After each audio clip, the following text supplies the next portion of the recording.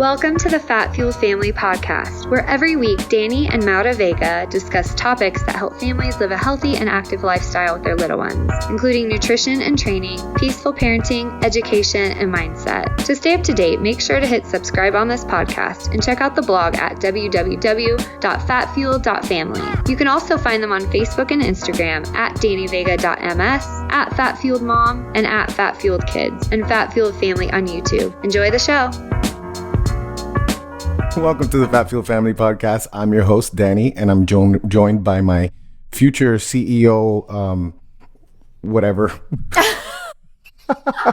Listen, this is not easy coming up with these literally on the fly. Literally, bro, literally. Anyone who works with me who's listening to this is like, oh my gosh, Danny does it too. Like on the fly every time. Listen. That literally says literally. That's awesome. But no, it's not easy, man. It's not easy to be coming up with these adjectives, son. You know? Son, daughter. All right. So, look, let's just get into the announcements real quick. We have an amazing show. This show is just so awesome. Like, the book that we're going to talk about is awesome. And amazing. Gosh, I mean, like, I'm not surprised. Second time back, right? This is a friend of the show. Friend of the show. And you know what? Honestly, I'm not surprised. We should do something special for... No, we're going to have to because now I said it on air. But we should do something special. Well, we have a few people that have been on. Judy's been on a few times. Yeah, for our special, friend of the show. Guest. We have to have, like, Anthony back on. We have to have Anthony back on. What am I saying? We have so much more to talk about. Oh, yeah. We need to talk about health freedom. The camera angles they get me every time. What? Which ones? Like, it's so professional. What, his? Yeah, like his camera angles. Oh, yeah. He's killing it, man. Hey, listen. Anthony J-Cast. Check out the Anthony J-Cast on YouTube. It is freaking awesome, guys. Like, imagine Stephen Rennell, except even more engaging for your kids because he like explains things in a way that a child can listen and understand. And he has his kids there a lot of the time. Yeah, we totally can. So look, quick announcement. Number one, we have the Low Carb Hustle podcast. I really want you guys to listen to that podcast. It's been getting great reviews. My love, you should see like just the feedback. Promo for like our podcast. Well, yeah, we totally will. Maybe we should talk about this when we're not recording. If Adam's listening to this, it's done. Yeah, he's like, or he already thought of like 3 reels. Yeah, 3 reels. Like he's got like a whole setup going already. It's a costume. Yeah. So, lowcarbhustlepodcast.com.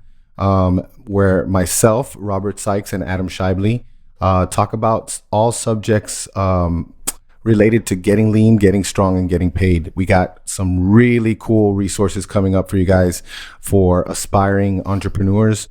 We have our game show episodes are awesome. The actual interview episodes are great. We love to have a lot of fun, and we are the funniest low carb podcast. Yeah, for sure. We are the funniest one. We are the best low carb comedy podcast in the world. Mm-hmm. Let's not Do you guys have 5-star reviews? Let's not talk about like how many low carb podcasts reviews? There are, but what? You have 5-star reviews? Yeah, we have lots of 5-star reviews, but we could use a lot more. One 5-star review can feed at least one Robert.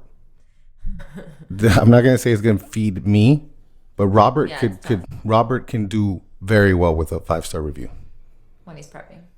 We'll leave more than one. Yeah, so if you guys like what we're doing over there, and listen, if you guys like what we're doing here, we got a lot of really good reviews. If you don't like what we're doing here, give us a review. Like I want to know, like seriously. Give us a 5-star review. Give us a 5-star review and then tell us the truth your constructive criticism in the comment. Yeah, because like not giving us a 5-star review kind of sucks. You're right, my love. That's not good. But like nobody's perfect, so just let us know. Yeah, let us know in a loving way. Yeah, if you're into what we're doing, if you like what we're doing. If you're not, there's this thing called don't subscribe. But I don't think you should do that because our podcast is awesome, and honestly, like dynamic. We have something for everyone here. We do, and you know what? Like this episode is yet another example of how are these facts that we're talking about on this episode not more well known. We have someone who is a type 1 diabetic who has had his own health struggles, who's had to become an expert in the heart, and he kind of is more caught up on his reading than cardiologists. So anyways, who are we talking to? So this week's guest is Dr. Stephen Hussey. He's, you guys have heard him on the show before. Stephen is a doctor of chiropractic, functional medicine practitioner, speaker, author, and health coach. He helps people create high-performing hearts and specializes in helping those with heart disease, type 1 diabetes, and autoimmune conditions. Dr. Hussey works with a variety of clients, from in-person to online coaching. He is also the author of a book called The Health Evolution: Why Understanding Evolution is the Key to a Vibrant Health. And in this episode, we spoke to him all about this book, and it's got some really great stories in there. So we're really excited for you guys to hear it. Understanding the Heart: Uncommon Insights into Our Most Commonly Diseased Organ.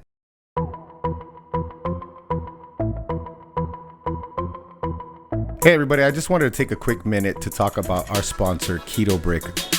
As you guys know, I have been around since the very beginning when it was just an idea, when Robert was getting ready for the show that took him pro, and he needed something to help him hit his macros. And I've seen it grow into the company it is today. Just so proud of my friend, and I'm so proud of the company he's built, the people he's been able to help, as he has several people who work for them. And so he's actually helping people make a living doing this now, which is just unbelievable and so inspirational to me. If you don't know what Keto Bricks are, they are shelf-stable fat bombs, for lack of a better term. They are 1,000 calorie bricks, and they have great ingredients. They have ketogenic macros, usually like 88 to 90 grams of fat with 30 grams of protein. And then the carbs are anywhere from 9 to 14. Super low carb, super keto friendly, and you can do all types of cool stuff with them. I tell everybody my favorite is Keto Brick cereal. I chop it up into little chunks and serve it with a bowl of cereal with almond milk or goat milk, which is my favorite. They have several flavors. They now have vegan and whey options. So they have the whey protein peanut butter as well as the old school pea protein peanut butter, which either one of them is easily in my top two. Go back and forth between those and the toasted almond coconut. So definitely go to www.ketobrick.com, get yourself some bricks, and use Vega for a chance to win a whole month supply of bricks. So we are speaking to the world's most interesting man, previous guest, friend of the show, Dr. Stephen Hussey. How's it going, man? Pretty good. Thanks for having me. How you guys doing? We're doing good. Yeah, we're happy to have you, man. This book, I told Mauda, this book is freaking awesome. Like, seriously, I was like telling her, like, just the stories, the travel alone, you know, and the way you relate them to like these misconceptions and these the way we have these obsessions with like one variable, and I just think people are going to love it. So first of all, we always lead off with the question, in case it's changed since the last time we talked, what is the most critical problem you're currently trying to solve? Oh man. I think handling my own stress. For me, Yeah. that because I've been through, as everybody has, but this past year, 2020 was rough for me. And I think it came to a head at the end of the year, and yeah, I think that I want to say things like how I can help more people and stuff like that, but at some point I think I need to stop and say I need to handle my own stress. That's the biggest thing for me right now, because if I'm not well because of that, then I can't help anybody else. Wow. Yeah. Dude, I gotta tell you, like my aura data That's my been biggest issue, I feel like, too. since May, stress. June. Like, I'm talking about, I used to be in the 60s to 80s. 40s is good now. Like, I'm in the 20s. My resting heart rate is higher. My breath, my respiratory rate, and it's like I'm trying, but it's weird. It's just like I don't know. I'm on that same problem for sure. Yeah, I mean, and relating it back to this book and everything, and there's a study that came out in July that stress-induced cardiomyopathy is way higher than it was pre-pandemic, and pre-2020 in general. So yeah, I mean, that's concerning, and I think that it shows that heart disease is everybody talks about it as cholesterol and red meat and all that kind of stuff, but it is way more than that, and I think that it gets ignored, all the different factors that play into heart disease. Yeah. I can totally see that. It's been a year, that's for sure. And you just feel it everywhere you go too. I feel like most people, like, it's just everything's changed. So Yeah. Yeah, it's even like an like adjustment. it's weird to like be on a run and have people kind of like looking at you suspiciously and like backing away from you. It's like really weird to, and like I'm chill, you know, like, Yeah. but I'm like, now you're giving me anxiety that you're being this way again, you know, towards me. Why are you this way? Why are you the way that Why you are are? you the way that you are? Exactly. I've never felt like anxiety going into a store, you know, Yeah. because Oh, maybe yeah. I'm doing something different than other people are doing. It's just like, well, where did Yeah. That's us. And where it's did so this obvious. come from? That is like, how 100%. did this happen? You know, that's what. It's just scary. And then it's also like probably even worse when, you know, you're coming from this side, like of all the people, like it's just the irony of all of it, right? Yeah. Like someone who's Our main in a focus. wheelchair because they're metabolically very unhealthy at Walmart, like putting, like not really concerned about their health, looking at me like I'm crazy, right? Like giving us dirty looks because we're not wearing something, you know, like that we should be wearing. So yeah, it's just, and yeah, the anxiety, it starts like for me, I don't even like to go anywhere. Yeah. But I do a it's lot like in of the the parking errands. lot, and I only go certain places that I know, like, oh yeah, this place they know me, like they don't bother Right. me. We're lucky to be where we are too, which is nice because when I have to go to Miami, for But example, even I'm Walmart, just like ah, we had just come back from Miami on Monday and we went to Walmart to pick up a few things. And all of a sudden, It a makes me woman laugh that she chases chased me you. down the aisle to give me like sir. a mask. And I was like, no, I'm okay. I'm socially distancing. Like that's part of our mask mandate, if Right, that's even a right. thing, a mandate. But like, you know, if you can socially distance, you don't have to wear a mask. Yeah. And Walmart already stopped that policy because people were stabbing each other Yeah, inside they of were to Walmarts. protect their employees. They actually said, you know what, we will assume, don't talk to people, don't ask anyone, Yeah. because I think someone got hurt. So this Wow. woman gave me a mask, and you know, Yeah. now I just really like, you have to just be like, Okay. thank you very Thank you. much, you know, and take it, put it in your pocket, whatever. Yeah, just Yeah. it's fine. Because trying to fight it, Yeah. I think fight it too much, anyways, it's just going to create It's a worse. bad No, situation and It you makes know, it but worse. at the same time, you don't want to be a jerk, you Yeah. know. Yeah, exactly. The whole situation is crummy because it's like the poor employees too. Like Yeah, they didn't sign up for this. they did not sign up to Right. be the police of their. Yeah. You know, they're just they were given that role, and it's just like, and some of them you can tell they're like over it, like they're just They're so breaking sick of out, it. like her they're- friend is breaking out on, you know, on her face Yeah, because yeah. she has to wear Oh my it all the Because if time. you have to, yeah, God forbid you actually need to work and you have to go work for someone else, it's like you have no choice. You need the job, so you're even if you don't want to, yeah. Well, Crazy times. anyways, let's talk about more exciting things, Yes, like absolutely. your new book. Okay, we've been reading your new book, Understanding the Heart: Uncommon Insights into Our Most Commonly Diseased Organ. And we loved your analogy on why it's been so difficult to get clear information on heart health. Can you share the story about your hike of the Appalachian Trail and how it relates to the diet heart hypothesis? Yeah. So, so like before each chapter, I've kind of introduced the chapters with little stories about myself, just whether that's from my childhood or from just experiences I've had. And I try and relate that to the upcoming topic in the chapter. And so this one, I believe, is chapter 5. And I'm getting to the end of a very long part 1 of the book where we go through pretty much the history of life on Earth. And this gets to the very recent history of the diet heart hypothesis that was formulated in the 50s and 60s.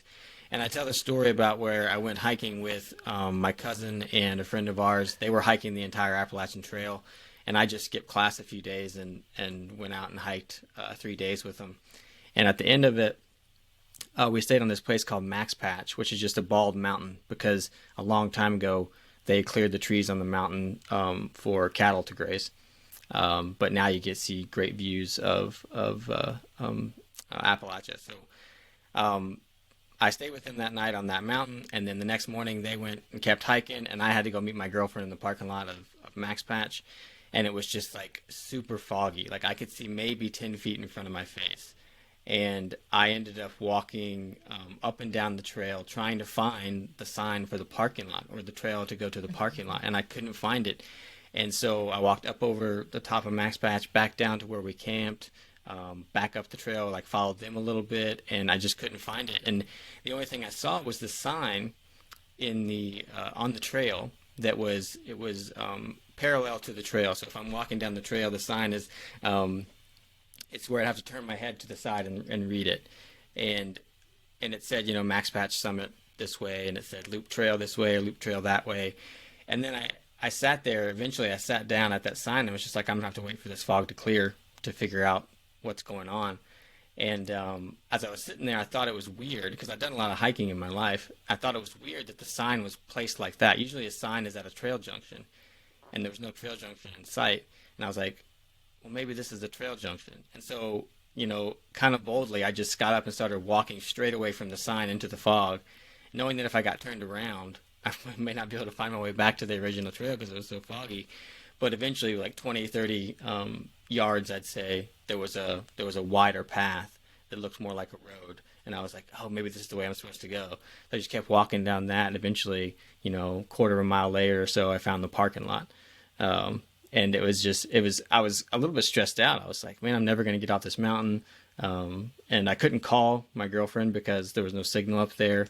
But it was interesting experience, and I related it to the diet hard hypothesis because I was hiking all over that mountain trying to figure out how to get down, and it was only when I sat down in front of that sign that I started to think about that rather than just hiking everywhere trying to figure it out.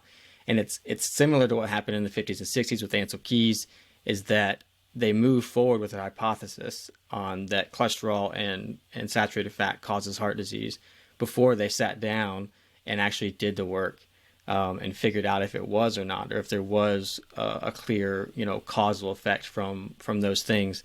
And then I talk in the book about how when they did test those hypotheses with all those studies they did in the late 60s and early 70s, there was no correlation. And there was the people who they replaced saturated fat with unsaturated, like margarines and vegetable oils and things.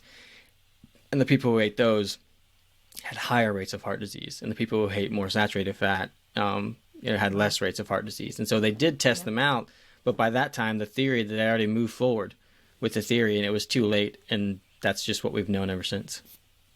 Yeah, it's so weird because like it permeates everything, and like for example, like I think it's the same thing with the cholesterol. You talk about the cholesterol.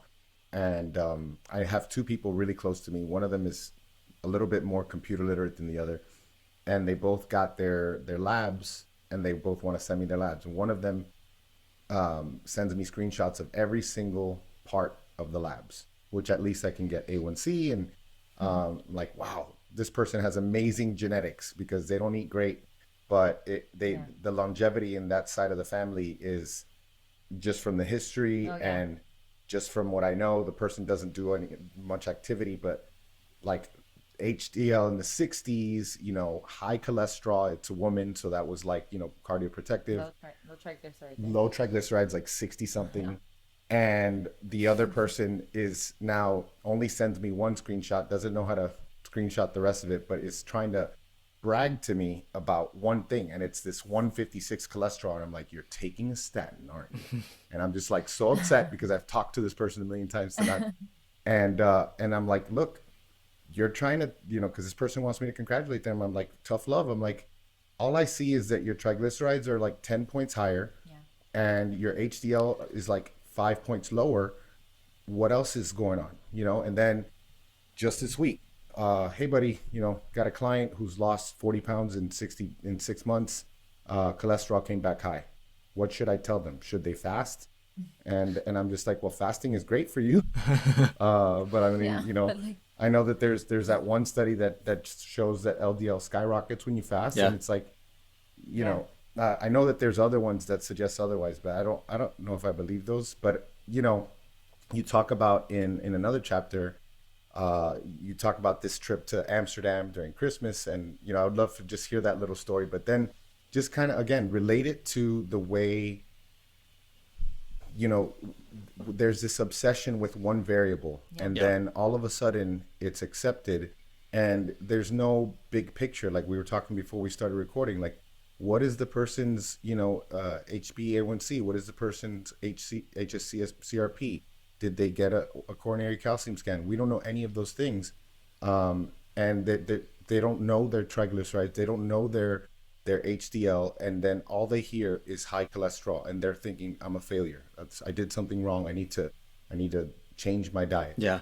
Yeah. And I, even at the end of the book, I talk a lot about this, about how flawed a way of thinking it is to look at one variable.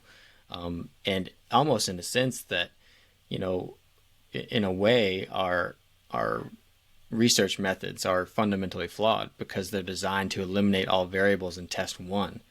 And that's great for getting a result on that research study or whatever. But I am a human being and I am never in contact with one variable at one time.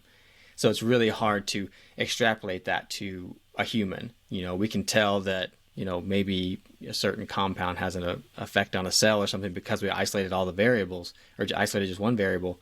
But that's never going to be the case for me or you or anybody, Right. And so I think that, it's incredibly myopic to look at just LDL. And, this is something that, I harp on a lot because we have to look at everything in context. And so this one Christmas, my wife and I went to Amsterdam to meet up with her brother and his wife for Christmas. And we stayed at this hotel, and it was this newer hotel, and they were trying to do things, I think, to, get people's interest and stay there. There was only I think there was 14 rooms or something. I can't remember exactly. It's in the book though. And so they set up this little treasure hunt kind of thing where they hid candy canes in your room. And you had to find them. So they gave you the first one at the front desk, and it told you about what was going on. You went into your room, and you had to find all the candy canes. And so each candy cane had a clue that would lead you to a combination for the safe in the hotel, and there was a gift in there. And so we went in there, we immediately started finding the candy canes. We found the 3, and it was 4 combinations on the safe, or 4 digits on the safe combination. So we were like, okay, we got 4. And so we looked at the clues, we figured them out. There were things like, how many bar stools are in the breakfast area or whatever. And so we found those, and we entered the thing, and it said, denied. And we were like, what? So we tried again, denied. And then I looked back at the clues, made sure I got them all right. Tried again, denied, and then it said, now you can't try again for 30 minutes because the safe, I put 3 wrong combinations in.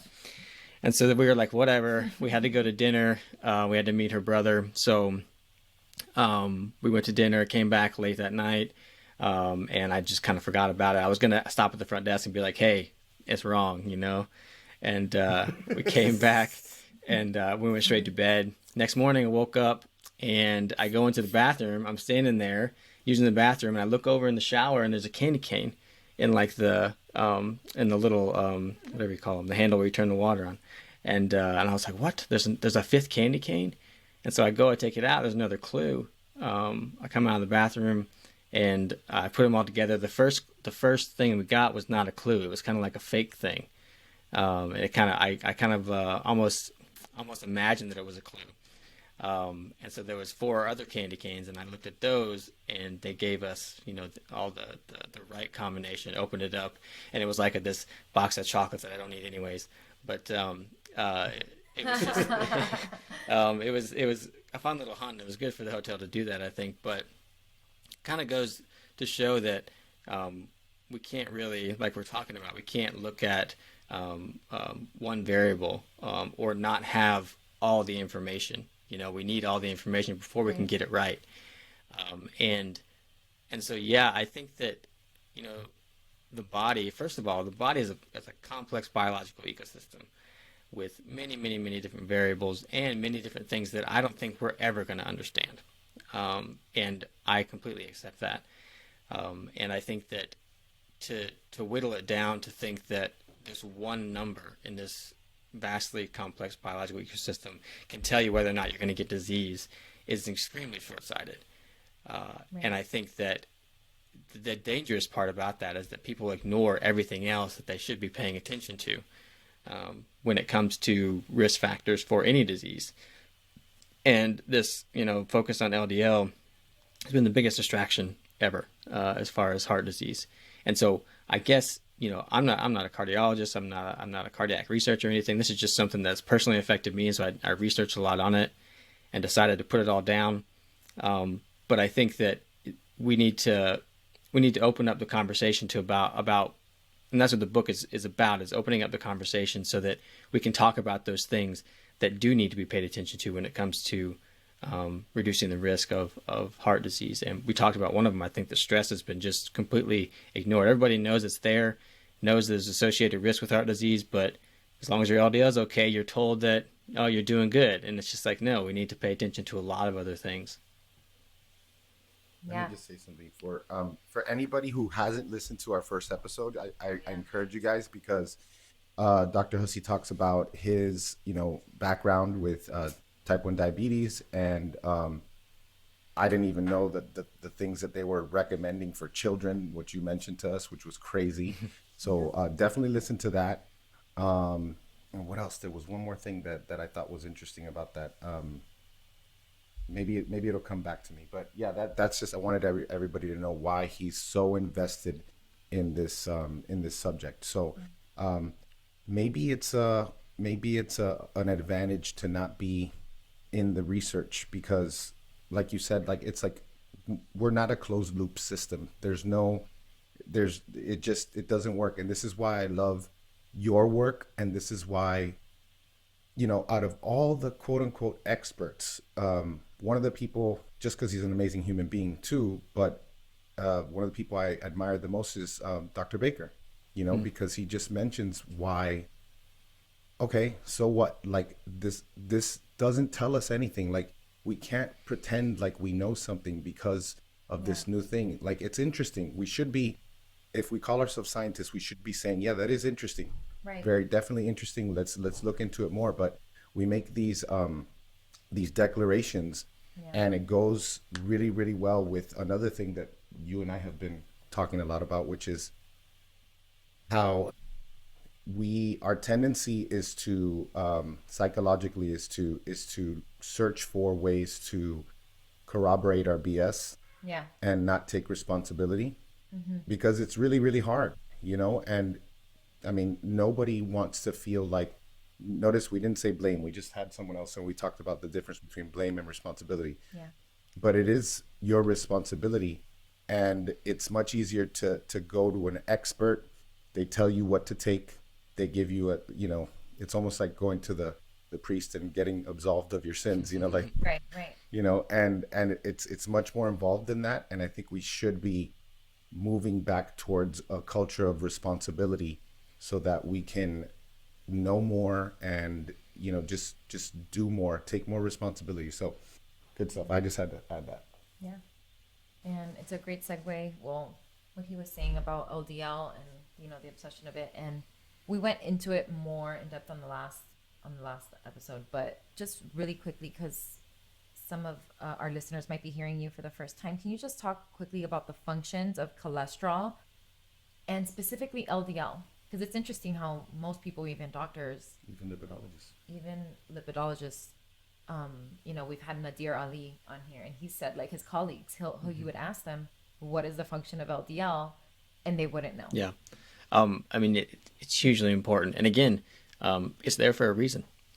It wouldn't be there if it was just there to kill us, and people argue, well, yeah, at normal levels, whatever normal is, then it's fine. But if it gets too high, and to me, that doesn't even make sense. Like, why would the body, do something that's kind of somewhat out of our control? It makes cholesterol, it can absorb it. It has, methods to put phytosterol back into the digestion so we excrete it and absorb more cholesterol. Like, why would it be doing those things if it was such a bad molecule for us?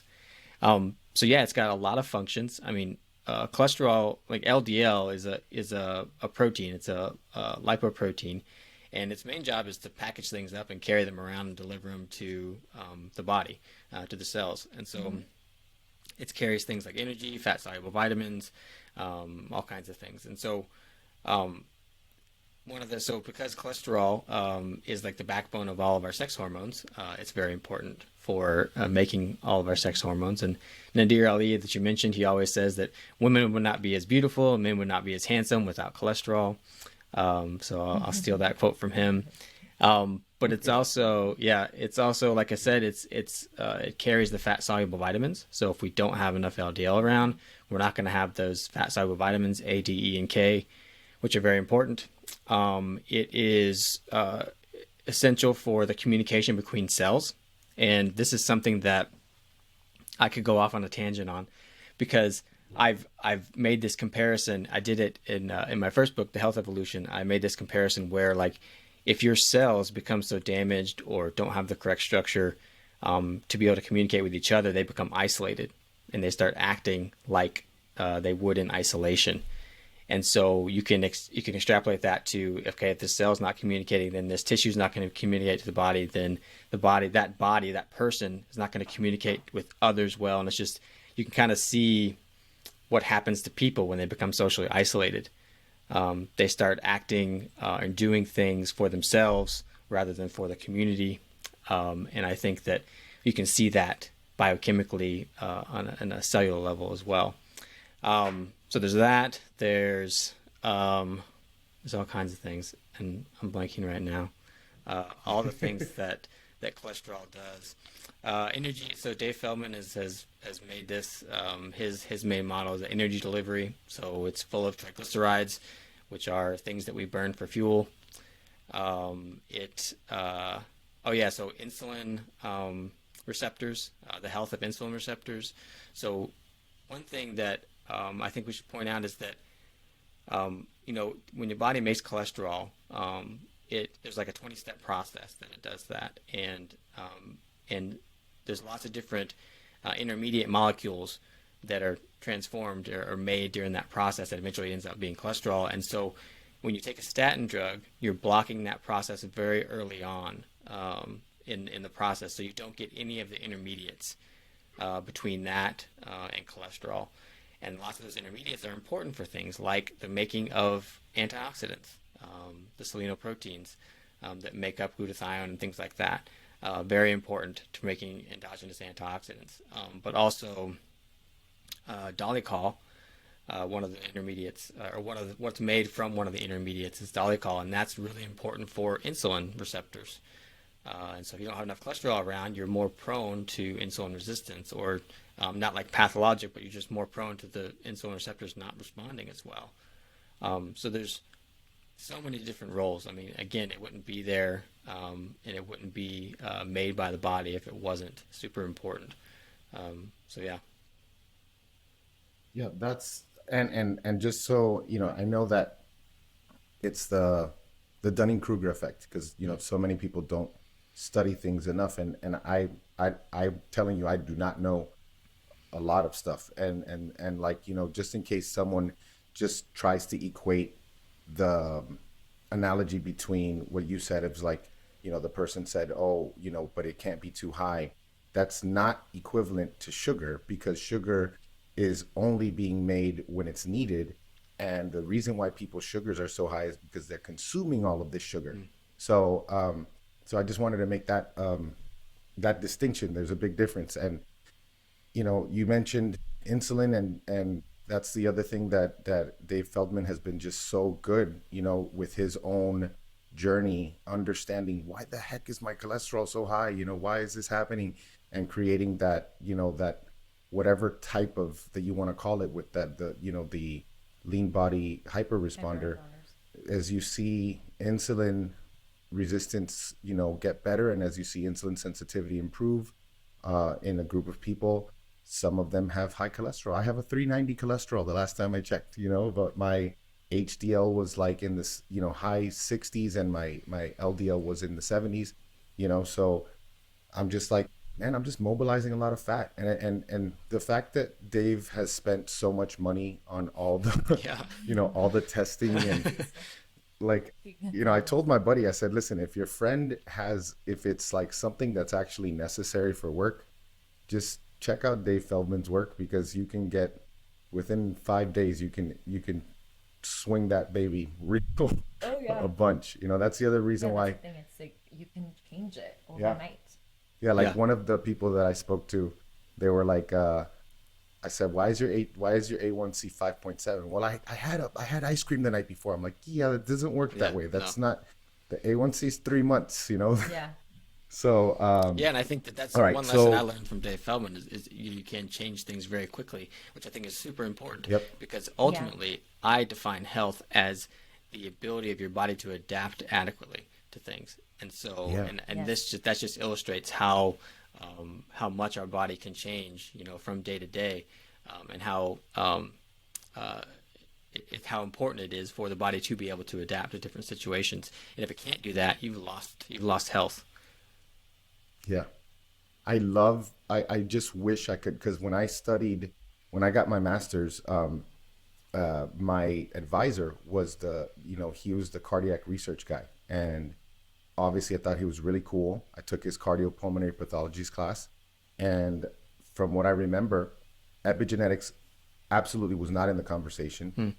But from what I remember, it basically came down to, if you got a good endothelium, you can withstand anything, and if you have a bad endothelium, you can't. And the problem was that there wasn't that parsing out of your genetics are not the final determiner of the health of your endothelium.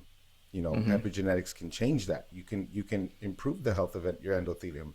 So that's something that I would love to go back and see. Like, man, have you updated your stuff? I mean, this was 2005 and 2006, so long time ago. But all right, so yeah, so let's talk about, again, because we know that it takes lots of repetition to for people to really understand things, and we know that's probably why the typical person will say, oh, but doesn't that have, like, thank God cholesterol is no longer, you don't see low cholesterol anymore, because people in foods, at least they know that the cholesterol we eat is not affecting it.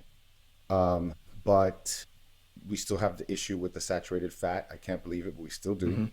And that's why you got to just tell them things over and over. And like, we've had to accept this because we're like, this question again, but then we remember people are coming on to this. So I would love for you to talk about one of the most original, probably the most original thing that you've brought to the table is the true functions of the heart.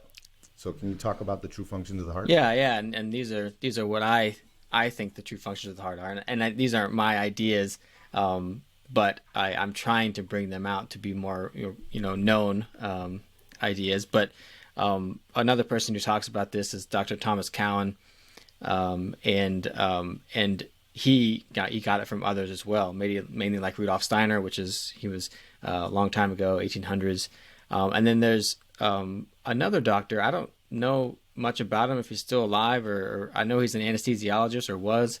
His name's Branko First, and he wrote a book called The Heart in Circulation, and it reads like a 200-page research article. So if you're into that kind of thing, then go for it.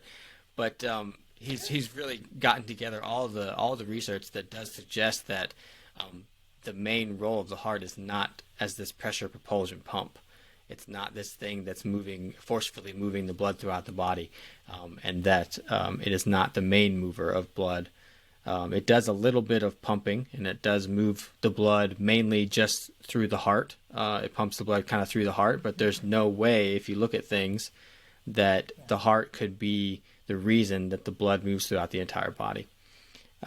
It's just, there's even scientists from way back in the day when they first started studying the cardiovascular system that were like, we would need, if we wanted that to happen, we need a heart the size of a whale to make that happen, and even William Harvey, who wrote De Montu Cordis, which was like the first description of the movement of blood throughout our system, said that he wrote to a colleague of his. He was like, I do not believe the heart is the fashioner of the blood, meaning the mover of the blood. And so he didn't even think that was the case.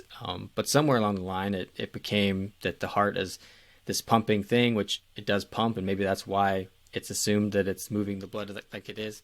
But yeah, there's a lot of research that shows that the heart is not the main mover of the blood. So then you start to ask yourself, well, why is it there? What is the heart? What is its function? And I think the heart has two main functions. And one of them is to spiral the blood, to vortex it, so to speak. Because when you vortex water, which the blood is half water, in the presence of oxygen, and the blood is oxygenated, even the venous blood has oxygen, just less than the oxygenated blood coming from the lungs. But when you vortex it in the presence of oxygen, it energizes water. And so goes into the conversation about, Gerald Pollack and Gilbert Ling and the fourth phase of water, and how water can hold energy. It's this unique fluid that can hold energy if it's given the right, if it's given the right things to energize it, right? Because when water holds enough energy and it's next to a hydrophilic surface, a water-loving surface, like the lining of our arteries, then it structures itself. And so it basically becomes not a solid, not liquid, but this gel-like substance. And this has been proven to happen in arteries of animals. So we can pretty much assume that it happens in our arteries as well. We're animals. And when that happens, when the water is sufficiently structured around the lining of the artery, it creates an energy gradient because of the way the water is formed. And all this is explained in detail in the book. And that energy gradient creates flow. And so originally when they were doing this with just water, they would put these hydrophilic, these tubes made of a hydrophilic material into water, and then apply energy to the water in the form of infrared light and various things. And the water would just start to flow. No pump necessary. The water would just flow through the tube. And so they've shown that this mechanism does happen in our arteries. And so if the blood is, or if the water is properly energized and we have all these hydrophilic surfaces in the arteries, then the blood is mainly moving on its own. And they've actually done interesting, like back in the 60s, they did these, 40s and the 60s, they did these experiments where they injected tracers into animals and then killed them. And after the heart stopped pumping and the animal stopped breathing, the blood continued to move for up to 2 hours. So until that animal, lost its life force, till it was kind of drained from it and there was no more energy to the system, then obviously it stopped. So if the blood's moving on its own for the most part, and there's contraction of muscle that moves blood too, and there's one-way valves in the veins that help push the blood along and keep it where it needs to go. And like I said, the heart does do a little bit of pumping, but if the blood's moving on its own, then what's the purpose of the heart? And I think the purpose of the heart, because of the way the orientation of the muscles in the heart are, they're oriented in a spiral structure, I guess. And so when they contract, the heart spirals like this. And there's various times when the blood is going through the heart that it gets vortex, it spirals. Like people think of it like if you're on a river and you're watching the water flow past a rock and it kind of spirals and eddies on the other side of it. That's what you think of. And so when it goes through valves, it does that. When the heart contracts and spirals, it does that. And I think that it's no coincidence that the blood goes from the heart to the lungs to get oxygenated and then to the heart again to get vortexed again. So the heart is vortexing the water in the blood to keep it energized so that when it gets to the arteries, it can form that structured water and keep the blood flowing. So in a way, the heart is responsible for the movement of the blood in a way. But there's also things that we should do to energize our body to keep that blood moving. And so that's one function. The other function is that the heart is there to maintain the pressure in the system. It's placed right in the middle of the arteries and the veins, because if we started working out, going for a run, whatever, all the blood would surge over into the tissues, right? To the arterial side, go into the tissues. And that's largely due to demand of the tissues, that the blood goes over there. And if we didn't have the heart there in the middle of it, all the blood would go from the venous side to the arterial side, and the venous side would collapse. And we would not maintain this pressure. And there's lots of experiments that people have done that kind of illustrate this. The first one, I forget when it was, but it was by this guy named Weber. And he kind of recreated this model, this structured model of the cardiovascular system using a pressure propulsion pump.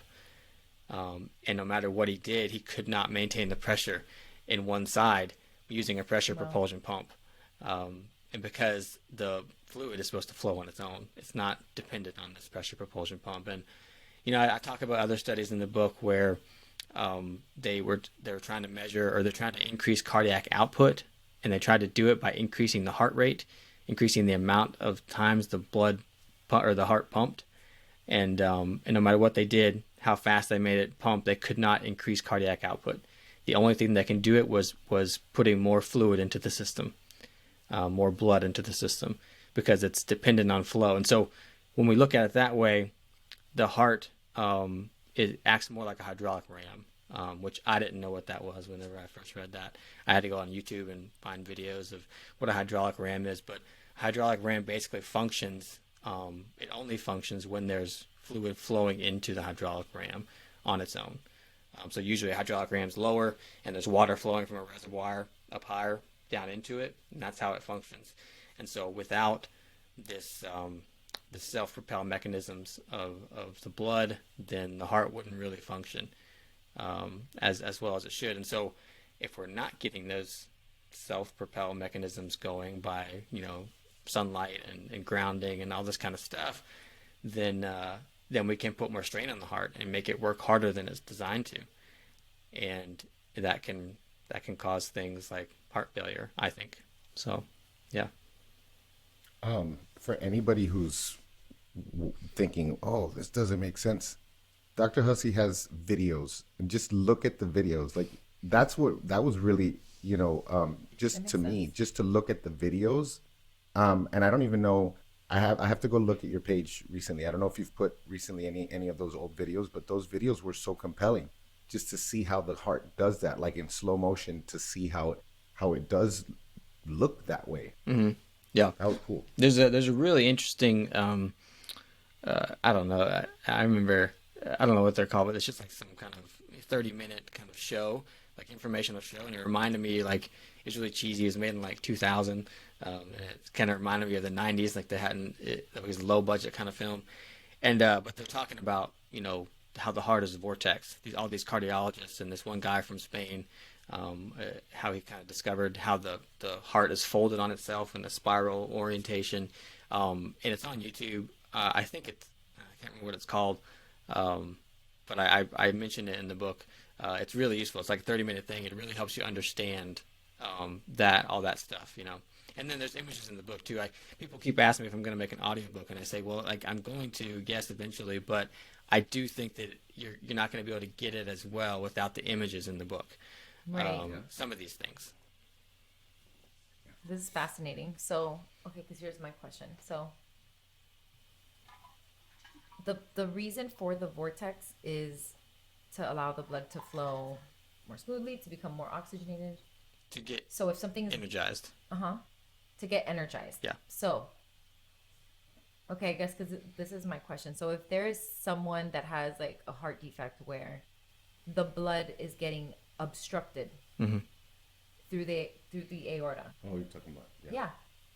And let's say like they're getting like they go measuring it obviously, but it's getting obstructed. What would that do? Like what would that do to the? I mean, and this you may or may not know, but what would that do to the blood? Like would it make it not? I guess not. Because the problem with that could happen in the future would be like spillback, is what they say, right. Where it's all not going through. Yeah. Yeah. So whoever that is, like my recommendation is infrared light. Very okay. Well, I don't mind saying it. That's my son, my oldest. He has a heart defect where they go measuring that space of like through the gradient, right? Or once it gets to a certain, and it grows with him. We've been very lucky that he hasn't needed any surgeries yet, because usually he was supposed to. Yeah, most children with this condition have had like 2, and they don't want to do it too early, because again, as long as they're growing, it's just like an extra growth that's there in the aorta, that's blocking the. Yeah, and so Well, I have a light, so that's very interesting. yeah, so think about we it have a like red this. So so think about it like the blood is moving through the atria, the ventricles, into the lungs, and into the left atria and left ventricle. It's doing that on its own. It would do that if there was a Regardless. contracting heart or valves or not. Okay. The reason I think that the heart is there, and the reason that it stops things and then opens a valve and blood flows in, is to build up enough pressure so that when it does contract, it vortexes it enough. Right. And so, but regardless of if any of that was there, it would just be moving through.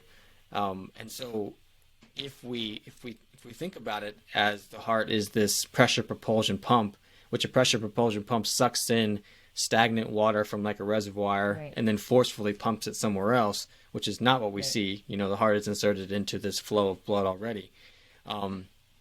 Then it would make sense to think that if the heart couldn't pump because there was this little defect in the way, that we would get backup of fluid, and that may be the case if the mechanisms that create flow and maintain that flow aren't operating optimally. Does that make sense? But if we do things to make sure that it is, then I don't think there's as much to worry about. Now, I don't know. I mean, that's a rare case, and who knows? But I can tell you that, you know, I'm not a cardiologist. I don't treat heart disease, but I work with a lot of people, and I help them get healthier, and I just help them do things to get healthier. And I've worked with a number of people with significant heart failure, and I get them, they either buy a sauna or they find how to get an infrared sauna, or we have infrared go sauna into and the sunlight or whatever. And light. I've had them reach back out to me and say, hey, my cardiologist told me that the size of my heart dropped 50%, which in heart failure is incredible. That is awesome. Yeah, because in heart failure, in congestive heart failure, the heart expands, it gets bigger. Right. And so clearly we're doing something good for the cardiovascular system when we give that energy to the system so that fourth phase water can form in the arteries and we can get blood moving. And this is not just blood, it's lymphatic fluid. So if you want to detox, then that's really important. It's cerebral spinal fluid, everything. If we want it all to move, we need these mechanisms. And so that's the number one thing I would say. That's awesome because we have those things. Yeah. Well, and not only that, I just think Desmond, look, his water is structured AF. Like he eats like mostly ketogenic, if not paleo. I will say that, I don't know if you heard this, but it's his birthday today. Oh yeah, he told me. Wasn't it yours yesterday? Chinese food. It was mine yesterday. My water broke on Danny's. Her water broke on my 30th. So when I turn 40, he turns 10. And like, it was so cool to see, because I passed on the gene even though I don't have the defect. Yes. I had a brother who had the most severe. Hypoplastic left heart. Yeah, so he didn't make it past 2 days. That was in the 80s. Like now, I mean, and I'm sure you study the heart, but now the children, they still have, it's still rough. They've got to go through it, but they have a better chance of survival because there's early detection. Like your parents didn't even know until the baby was born. Then there's symptoms.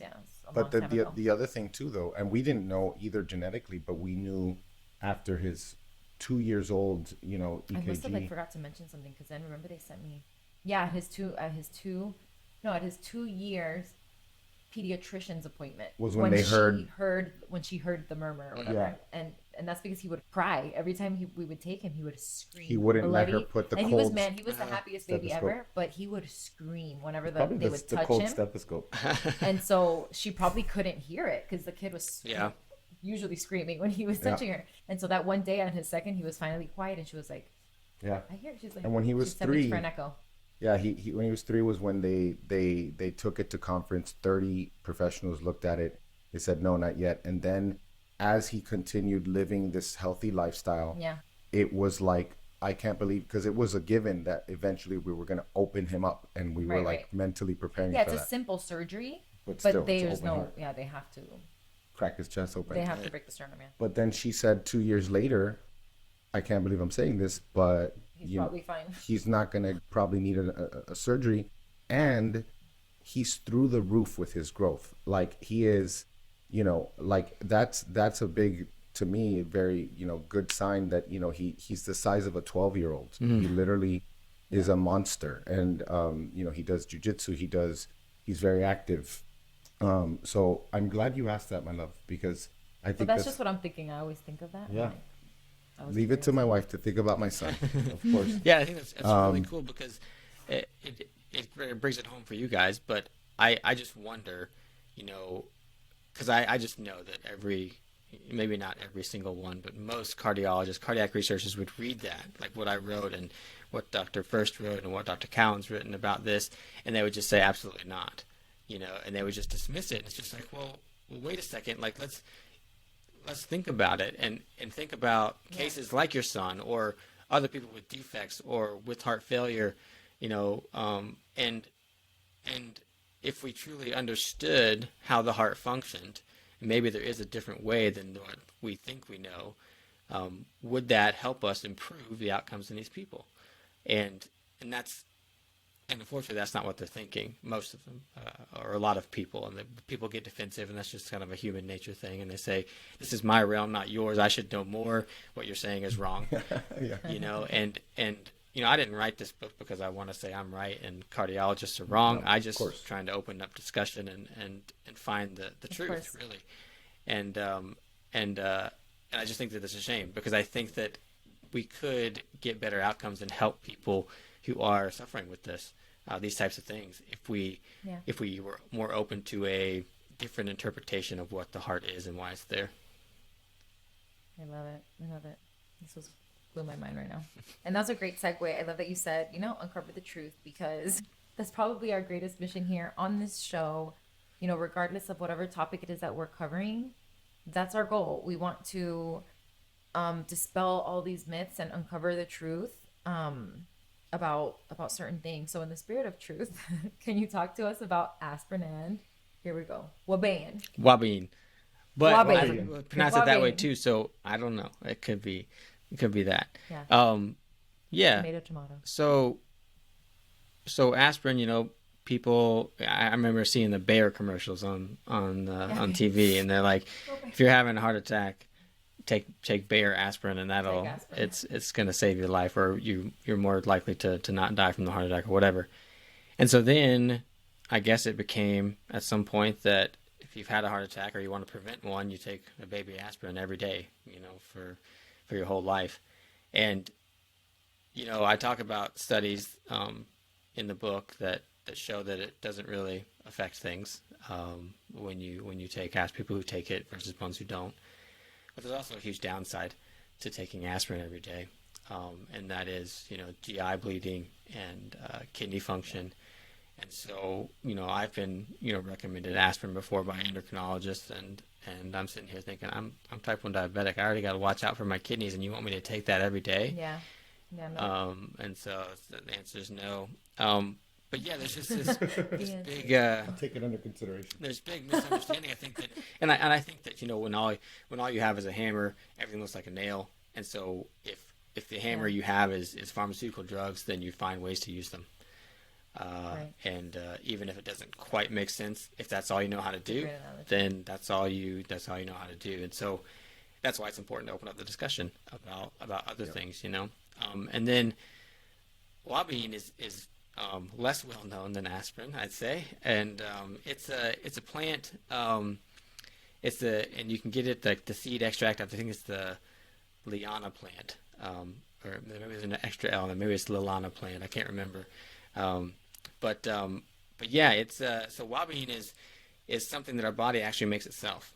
The adrenal glands make it, and there's this saying in Chinese medicine text that the kidneys nourish the heart, and so the adrenal glands are right above the kidneys, and so however they knew, the ancient Chinese medical experts knew that something around the kidney area was nourishing the heart, and so Wabine is produced by the adrenal glands, and it has an effect on the heart. It affects the heart more than any other thing in the body, and it increases the parasympathetic signaling to the heart. It's even been shown to change metabolism, more going from more glucose burning to more fat burning when we have well-being. And that's likely due to the decrease in sympathetic. When you do that, then you're going to burn less, like a muscle is going to burn less glucose. And so, yeah, there we can actually, that's also made in a plant, which is interesting. And we can extract it from the seed of that plant. And I can hear Paul Saladino saying, "Oh, plant toxins right now." But I think that, as a general rule, I'd say that, using plants as certain medicines is logical, because they can have an effect on the body. And if someone's really struggling with, say, angina, or they have heart disease and trouble with maybe cardiac rhythm, things like that, this has been shown to really help. And I go through in the book, I think it's chapter 8, maybe chapter 9, I don't remember, about how we can get a heart attack without a blockage. Blockages definitely happen, but we can get a heart attacks without a blockage. And I hadn't really been able to talk to anybody that gave me an explanation of why, so I gave my explanation and kind of ran down the whole thing. And it's pretty much 3 imbalances that can happen, but it's all kind of set off by this increase in sympathetic signaling to the heart, this stress response. And well-being can help balance that. It can help increase that parasympathetic signaling to the heart, so that doesn't happen. It's almost like it's like an adaptogen. Yeah, definitely. And it's curiously, it's one that the body makes itself. And it's almost like the body kind of knew that the heart would need that, so it started making it itself. And then, obviously this plant, I think it's, I always forget whether it's Brazil or Africa, but I think it's Africa. And the only place I know how to get it is this like pharmacy place in Brazil that Dr. Cowan gets it from. Wow. So it's hard to get. But I mean, there's doctors, and there's lots of studies in Germany. Lots of German doctors have researched it. And the outcomes are pretty phenomenal as far as its effect on the heart, which makes sense because the body's making it for that reason. But also, Dr. Cowan, he also, says a lot about how he's used it with his patients, and has had 0 heart attacks when people are on that. So pretty interesting stuff. And I think that it should be looked into way more, and utilized way more. But we'll see. I just love it because, you a lot of these factoids and cool things, I didn't know them until I read your stuff. And like, the way the fuel preference of the heart naturally, for fat. And so if you're getting the heart to switch over to a more natural fuel source, hold on one second, we got a little pop up here. That makes sense. And so I really love the idea of that. And the other thing is thinking about just how overly stimulated our sympathetic nervous system is always. I mean, we just talked about my HRV. Yeah. Stress. Like all the screens and all the stress. That does seem like a really cool thing to look more into. So I just wanted one last question, and I put a note because I remember talking to my father about oh my gosh, now I'm forgetting his name, the Irish dude. His work on the engineer who does Ivor Cummins. Yeah, Ivor's work on reversing your CAC, and my dad has a high CAC, and it's stable, and that's because he's been mostly ketogenic for the last 4 or 5 years. Yeah. So that's good. But one of the things is vitamin K. Mm-hmm. And then at the same time, COVID-19, the importance of vitamin D. And then, of course, we live in Florida, and my dad is definitely not averse to being out in the sun. He loves being out on the boat. So he will absorb that vitamin D. But, people forget about the importance of K2, for absorption of vitamin D. And so, I'm just telling him, here are a few things that Ivor talks about. And then his cardiologist comes back and tells him that vitamin K is, it's not that it's vasoconstrictive, but more that it's that it does. What do you call it when something causes clotting? Prothrombotic, so like a pro. Yeah, like a thrombolytic. Yeah, thrombolytic. Yeah. Yeah. So what's the balance with that? And then, if you don't mind, after that, just talk about ACE2, its relation to COVID-19, and what people should really focus on, just in case the gloves and the antibacterial and the masks and the triple mask and the quadruple mask and the anal swabs don't work. Just in case. Just in case. Yeah, so Just in case. vitamin K, I get the same thing all the time. I tell people take vitamin K too, all the time, and they're like, "Well, it's gonna make my blood clot." And as far as I have seen, vitamin K1 is what kind of is involved in that kind of clotting cascade that happens in your blood, which sometimes needs to happen, but happens too much, we could get some big issues. And K2 is mainly responsible for taking minerals and depositing where they need to go. And so if we're talking about taking calcium out of arteries or making sure it doesn't end up there in the first place, but also magnesium and phosphorus and things like that, then that's incredibly important there. And, I've not seen anything that suggests that K2 is going to increase clotting. And there's actually quite a bit of evidence that vitamin K2 through the GLA matrix protein is actually going to prevent calcification in the arteries. So two different types of vitamin K, and we need to be conscious of those. But yeah, I have had patients tell me that when I tell them to be on K2, that their cardiologist says, no, you don't want that because that's gonna cause a clot. It's almost like they're behind. It's almost like they're a little bit behind Yeah, on their it's reading, like, or a little. Yeah, they rusty. need to do some research, and I mean that's with a lot of things. There's so many things that I've heard a physician or a researcher or somebody say, and then I go and look, and I was like, well, it doesn't really say that. There's evidence that the opposite of that is true or whatever. Yep. Yeah, and so then with the ACE inhibitors or with the ACE receptor, so I think that early on, I was, we're looking into COVID and everything. There was definitely the COVID, that virus seems to access the cell through the ACE2 receptor, and I did a podcast on this with Paul Saladino. And we were talking about this and how potentially taking an ACE inhibitor, which is a blood pressure medication, can, when it inhibits the conversion of angiotensin 1 to angiotensin 2, because it inhibits the ACE enzyme, that can be leaving more receptors open. Right. That potentially a virus like COVID that uses that receptor can access.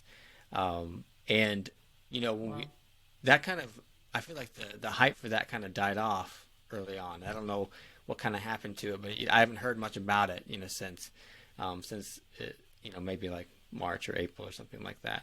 But I still think it's pretty relevant to think about because we're still ACE here. inhibitors are those like just like calming drugs, like No, probably like blood pressure, like lisinopril. Yeah, lisinopril. Yeah, that's an ACE inhibitor. Yeah, so but a lot of the orchestra people, they'll take ACE inhibitors before they go on stage to be chill. Yeah, so I mean, I guess the thinking is, and what we've just talked about in this whole podcast kind of debunks this, but the thinking is that you're going to lower the blood pressure, you're going to take strain off of your heart because less blood is going to be coming through. When it's like reality, how much blood's coming through doesn't dictate how much work the heart does. So true. So yeah, it's mainly designed to just lower blood pressure because you have angiotensin 1. You have like the kidney monitoring the blood pressure, and if it decides that it's too low, it just creates renin, and renin goes and it teams up with angiotensinogen, which is made by the liver and it's always floating around, and that those two combined, they make angiotensin 1, and then you have an angiotensin converting enzyme that's also floating around in the blood all the time, and when angiotensin 1 arrives, that converts that to angiotensin 2, and then that goes on to the ACE receptors, the ACE2 receptors, and that signals the body to do things like constrict the arteries and hold on to fluid to increase blood pressure, or to decrease blood pressure, sorry, let go of fluid, and all those different things, and decrease sympathetic, so that you're not, tense and everything, so you're decreasing blood pressure. So that's how all that stuff kind of works out. But like I said, if we're stopping the conversion of ACE1 to ACE2, and there's not ACE2 to go into those receptors could be left open for a virus to get in there by taking these things. And then, people will try and say that that's not happening, but it makes sense physiologically. And there is some evidence that shows that was the case early on, but like I said, it kind of died off, and I haven't really seen anything recently about that. But yeah, and I think that not only, so what causes high blood pressure, right? Insulin resistance. Okay. So, and that insulin resistance also makes us more susceptible to a poor outcome with COVID. So, not only are people having insulin resistance and making them more susceptible, but then the high blood pressure caused by the insulin resistance, the treatment for it is an ACE inhibitor, which could also make them more likely to contract COVID. So it's just like, not only is the problem the insulin resistance, and we're not addressing that, we're doing things that may also increase that, increase the susceptibility. So it's all kind of backwards, rather than focusing on fixing the issue, which is the insulin resistance, the metabolic health, we're doing things that may actually make it worse for them. Right. Well. Yeah. One more thing. I mean, like, because of, I love this so much. There's so many things like fitting together perfectly. Yeah. Like, we learn, people know pharmacology now because of all the drugs that are out there. Yeah. Mm-hmm. Like, we know what happens when we take like receptor modulators, like drugs that modulate the receptors, or that stop the loop or keep the loop going, and like, I think for anyone who's having a hard time understanding that, like, if something's bound, then that door is closed. So yep. COVID doesn't go. Right. So if something's not bound, then COVID is like, it's being allowed to spread. And we know that the way this virus was designed, the way this virus evolved is it finds the openings. Feels that way too. It waits for the opportunity. It's a very smart virus, like it's very smart. That's why we see these opportunistic infections in so many people. And it affects everyone differently, which goes to show, like, we're all different. We got it in September. We had different symptoms. And we're all weak in different areas, obviously. Yeah. So it's like, because one person will get completely different symptoms than the other. Yeah. Yeah. So, like you said, insulin resistance. Yeah. Improve your insulin sensitivity, lower your carbs. I don't know what else to say. It's really, that's. Yeah. And then lifestyle stuff, right? Yeah. Like, manage your stress as best you can, right? Like, that's really, I love that you said that in the beginning, because that's literally, like, everything else, like, for people like us, it's like, we've got the diet, we've got the thing, like, I go in the sauna, I do the things, it's the stress. Like, I need to manage stress and sleep, and those are the things that. And work out, like, walk around, be outside, so that inactivity. I remember Mike Mutzel did a presentation on this, like, in 2018, on, like, I think it was 48 to 72 hours, you started to see pretty severe insulin resistance in the muscles. In athletes. Yeah, from traveling, just from sitting. Like, don't stay home. Go outside. Exactly. Don't stay inside. Walk around. Like, when I had COVID, I was walking every single day. Yeah.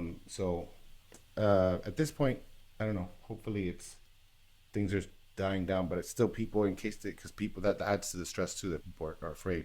So exactly. What else? Is there anything else that you? I didn't want to interrupt you. I just get excited. Yeah, I think that it should be, I don't know if red flag is the right word, but I think that people should sit up and notice when the conversation is not, what is the difference between someone who dies from COVID or is hospitalized, and someone who has it and it's like nothing, like, what's the difference? Like, that should be the number one question on everybody's mind, because clearly the difference could be the answer, and it just fascinates me that people aren't asking that question, or they're not wondering it, or they're not asking that from our from our politicians and from the people, the head medical people that are talking about this. Like, why aren't people asking that question? Like, hey, what's the difference between these people? Why did this person have a bad reaction, this one not? And if they do get an answer of, well, it's just the way it is, or we don't know, like, why aren't they saying, well, we should try and figure it out? It's been a year now almost. It's been a year. Plenty of time to try and figure that out. But even then, all the studies coming out are not about that. Some of them are, and I'd like to look at those. Yeah. But yeah, I think that's what people should be asking, and not just about this, but about heart disease as well. I mean, we should be asking those types of questions. What's the difference between someone who does all the wrong things their whole life and doesn't get heart disease, and the person who gets it? Like, what's the difference? Yep, so true, so true. Thank you so much for coming on. This was great. Amazing. Yeah, amazing. So last question for you. When is the hard copy of your book coming out so that all of our listeners can find out? We could put it, if there's any links or anything that we can help get the word out. And then anything else, you're working on that you want to let us know, and where people can find you online. So I don't have exact release date. What's today? Today is the 4th. And so I'm hoping by the end of next week that I have everything that I can, I'm just self-publishing. I don't have a publisher. So I just straight Amazon would be the only place. Oh, Amazon. There's a link, at least. It just says, it just says out of print. Right. Yeah. Because I briefly published it and then took it off so that people could go to that link or whatever. But yeah, I'm waiting on a few final things to come in so that I can put it up there. So I'm hoping the end of next week, it should be then. But if not, the week after for sure. So kind of mid to late February, it'll be available. And I'm doing, it'll be paperback and then ebook, and then you can find me at resourceforhealth.com. That's where I do my blog and health coaching and stuff, and in social media at Dr. Stephen Hussey. And then as far as what I'm working on, I don't know. I kind of finished this and I'm just like, just kind of sit back, and I don't know. I mean, we are trying to open another clinic, so that's probably what's next for me, and then also build like a satellite clinic for our chiropractor. I'm a chiropractor, and then develop my metabolic health and nutrition program at that clinic. I want to do that, and then also hopefully collaborating with people here in Roanoke area. To increase awareness of metabolic health through different. There's this place called the Wellnest that is kind of connected to all the health, organizations in Roanoke, and so I'm trying to get in with them to develop a metabolic health program so that we can kind of extrapolate that to the whole city of Roanoke, not just on our clinic. So yeah. Love it. Seriously, this was awesome, man. So good. I can't wait for people to read the book. Like, I think because like when you see Understanding the Heart, and then it's like, sounds like this really academic book. It's really interesting to read. Like, the stories were a brilliant addition, because I think it kept me engaged. And I think it helps inculcate these ideas better. So good. Definitely, guys, we got our recommendation, and and I haven't even finished it. So, I definitely. Thanks again, man. I appreciate you coming back. Yeah, thanks for having me on. I'm just trying to spread the word.